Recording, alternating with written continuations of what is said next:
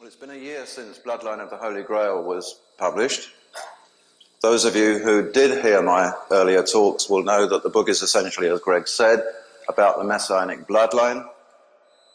What we did in Bloodline and in the talks that we did earlier this year was to just look at the way that the Christian church had established itself, how it had moulded itself around a certain field of vested interest, most of which was to suppress the female in the church establishment, and because the church reigned supreme for so many hundreds of years, also in society as a whole.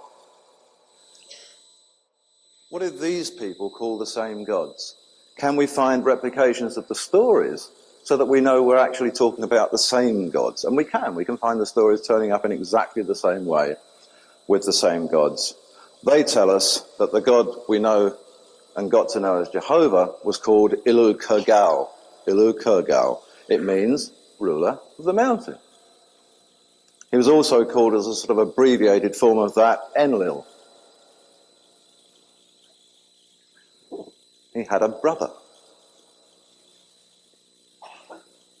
The name in those days was Enki. It means archetype. Very important word. The texts inform us that it was Enlil who brought the flood, that it was Enlil who destroyed Ur and Babylon, that it was Enlil who constantly opposed the education and enlightenment of humankind. The Syrian texts tell us that it was Enlil who obliterated the cities of Sodom and Gomorrah in later times. As far as I could determine, and I'm looking for a route to a speciality in the bloodline here, it seemed very, very apparent from everything that we could read in the text to that point, that whenever one was talking about this particular bloodline, the bloodline that came down to David and eventually to Jesus, had something rather strange and rather different about its dietary structure. There was clearly a line being built up, a line being purposely contrived for some reason or purpose, whatever, and its diet was different. Cain was important, we discover, because he's actually the son not of Adam and Eve, but of Enki and Eve. We actually have here, if we use the word that they used, the word clone, or clone, the branch, we have a second stage in the cloning fertilization process.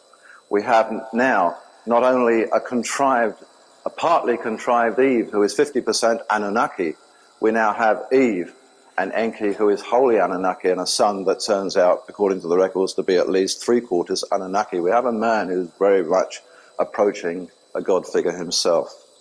So we can now progress our story to what now becomes, and this is something in the records of the Dragon Court, the very, very first grant of royal arms, heraldry in sovereign history. The grant of arms, which denoted the messianic bloodline for all time, today as then.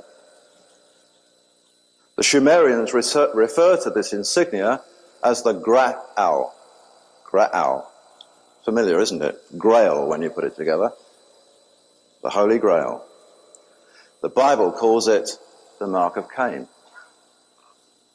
The mark is portrayed to us by the church as if it was some sort of a curse. The Lord thrust the mark upon Cain, but why did he do it? It says he did it to save him being killed by his enemies.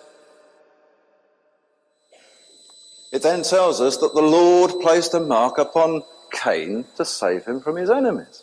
A sevenfold vengeance. But who was the Lord? The Lord was not Jehovah. The Lord was his brother, Enki. So we find, in fact, what the Dragon Court has recorded for all time, something called the first grant of arms in sovereign history, when Lord Enki grants to his son the Graal, the mark of Cain. What is the mark of Cain? It is the most simplest of all sovereign devices. It is very simply, and the Phoenician records tell us this, the early Hebrew records tell us this, the Mesopotamian records tell us this, and they all tell us the same symbol. It is very simply an upright red cross within a circle. which is rather interesting, because when one gets into Grail lore of medieval times, we always have ladies of the waters, ladies of the fountain, things like water's terribly important here in this early sovereign history. The mark of Cain is the dew cup, the cup of the waters, which in the sort of Greco-Roman language of early times was called Rosae Crucis. Rosae dew, crucis cup, Rosae Crucis, from whence comes Rosicrucians. So we're now beginning not only a royal bloodline, we're actually beginning to see the very first kingly dynasty on earth. Kings, earthlings, Adamers, highly bred people meant to be leaders among humankind.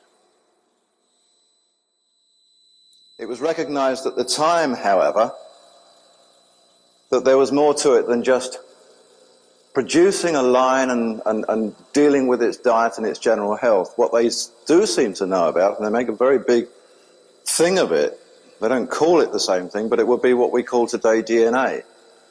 And they record very, very specifically that the important gene that moves through this from generation to generation is strictly a female gene.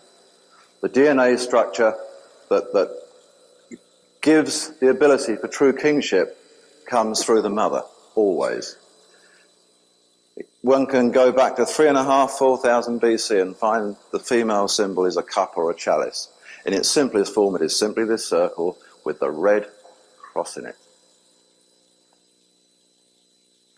Could it be that this blood that we're talking about, that was suddenly such a problem, but is linked to the fact that kingship is only obtainable through the gene of the female, has something to do with menstrual blood? Is this the important factor here?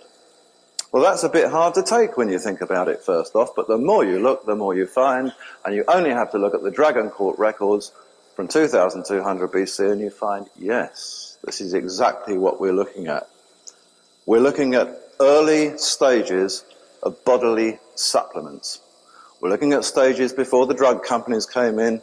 We're looking at times before alchemy and early laboratories and things like that. We're simply looking at things could be done with natural products. We begin to find an old ritual in Egypt, in Canaan, in Babylonia, in Mesopotamia, generally in Akkad and down into Sumer, same ritual. It's called the ritual of the starfire.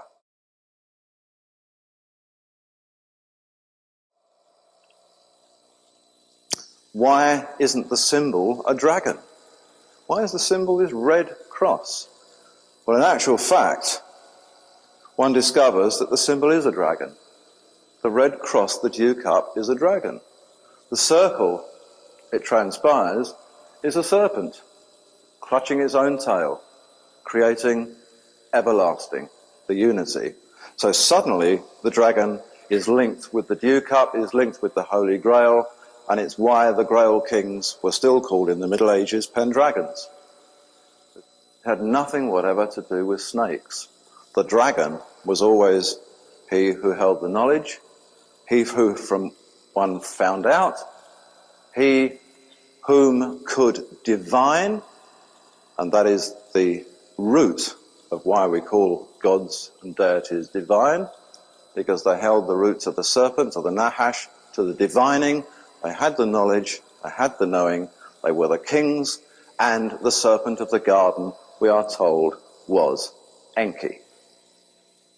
Once one looks a little further into that, it's more interesting to see that there are more complex medical devices using serpents. The one that we actually know perhaps is the winged caduceus of Hermes with the two coiling serpents around it. This actually is not just the emblem of medical associations worldwide today. It was actually one of the earliest symbols of the early dragon court. The theory that this is a winged caduceus is a myth. It has very little to do with Hermes or with Mercury. The records tell us that the staff that stands centrally is the spinal column. The nervous system are the coiling serpents that go around it. The two wings at the top are the ventricles of the brain, left and right, and that little spot in between is the pineal gland. In the early days, therefore, we're looking at something that is going to evolve into an area, a specific area of what we later became to call alchemy. It's not the whole of alchemy, it's a little part of it. But we can now see where it's going. We can now see that we're dealing with a natural substance that eventually has to become a purposely contrived drug, for want of a better word. And this was one of the key secrets, really, of the early mystery schools, was the upholding of the starfire ritual. It is one of the secrets that Freemasonry says have been lost. They know that there's a secret somewhere back in ancient Egypt and Sumeria, but they're not quite sure what it is. Well, this is one of the secrets. The secret of the secretion of the ritual. So when did it go? When did we suddenly forget all this stuff? Why was it so important? Why did we suddenly just have people who bled their meat and weren't of much consequence, really, until later days? It actually happened when their latter-day descendants, whether in the Jewish tradition or in the later Christian tradition, decided to actually start forging history.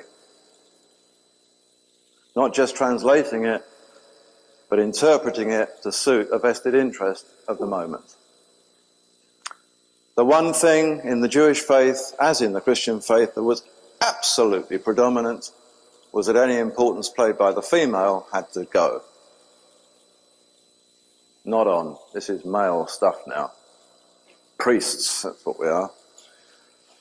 So it gets lost.